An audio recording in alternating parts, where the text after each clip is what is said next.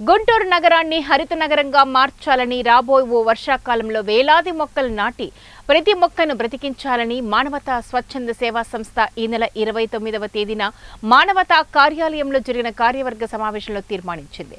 మానవతా సంస్థ చైర్మన్ పావులూరి రమేష్ ఈ సమావేశానికి అధ్యక్షత వహించారు. కార్యక్రమంలో మానవతా ముఖ్య సలహాదారు వల్లంరెడ్డి లక్ష్మణ్ రెడ్డి ప్రసంగిస్తూ గుంటూరు నగరంలోని ప్రతి ఇంటికి పండ్ల మొక్కలు పంపిణీ చేయడానికి విద్యా సంస్థలు ప్రభుత్వ కార్యాలయాల్లో మొక్కలు నాటి వాటిని బ్రతికించడానికి కార్యాచరణ ప్రణాళికను రూపొందించుకుందామని తెలిపారు.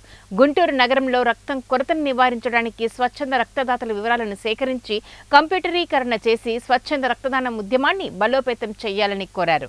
మానవతా చైర్మన్ పావులూరి రమేష్ ప్రసంగిస్తూ గత 2 సంవత్సరాల కాలంలో గుంటూరు నగరంలో వృద్ధాశ్రమాలు, అనాథలు మరియు పిల్లల ఆశ్రమాలు, మానసిక వికలాంగుల హాస్టళ్లలో భోజనం వితరణ కల్పించడం, శాంతిరథంతో పేదల అంత్యక్రియలకు తోడ్పడటం, ప్రతిభ గల విద్యార్థులను ప్రోత్సహించే కార్యక్రమాలను చేపట్టామని ఈ సందర్భంగా వివరించారు.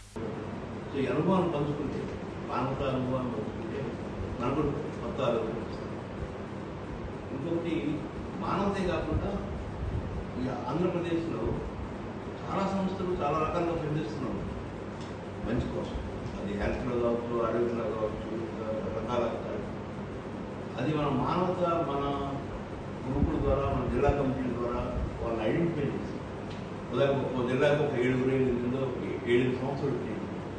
మనకున్న 26 జిల్లాల్లో ఒక 200 మంది 150 మంది వస్తారు. వాళ్ళతో 1 డే పూర్తిగా మార్నింగ్ టు ఈవినింగ్ పెట్టుకోవాలి.